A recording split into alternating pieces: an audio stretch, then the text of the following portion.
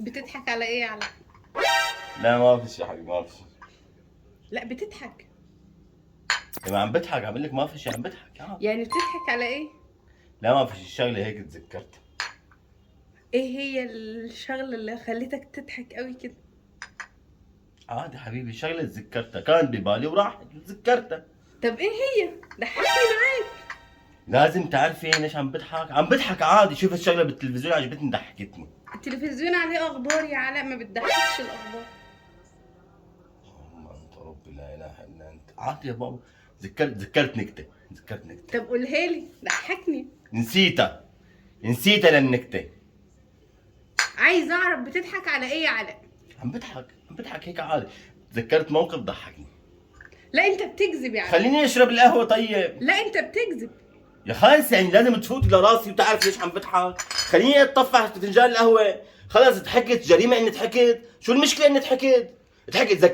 ضحكت لما كنا نازلين انا وانت من الميكروباص وانت وقعتي، ضحكت. ودي شغله تضحك يا علاء؟ اي بتضحك. ايه شغله بتموت من الضحك. انا بتفرطني من الضحك، بتموتني من الضحك. انا ما عندي دم، انا ما بفهم. عادي بضحك على اي شيء، على اتفه الاسباب. شو المشكله اذا ضحكت؟ لازم تفوتي على مخي وتعرفي ليش ضحكت وخلاص. لازم اعرف انت بتضحك ليه يا علاء. حيوانه.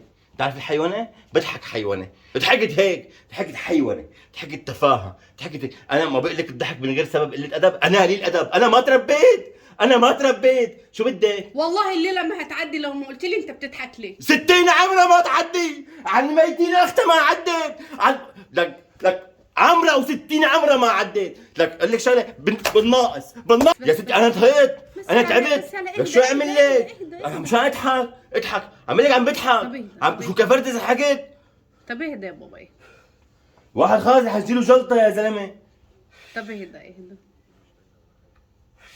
مش محتاجه حتى فنجان القهوه ما انت ما بتتركيني يا ليه عم تضحك؟ ليه عم بضحك خلى الله كلها بتضحك. انا تافه انا بضحك على اي شيء. مش محتاجه كل العصبيه دي على. طب خلاص اهدى بقى، ارجع اسمع الاخبار باللي بتسمعها. ماشي. وين القهوه؟ اتفضل. الله يهديكي بس. مش هتقولي بقى كنت بتضحك على ايه؟ يا لهوي عليا وعلى سنيني. يا لهوي.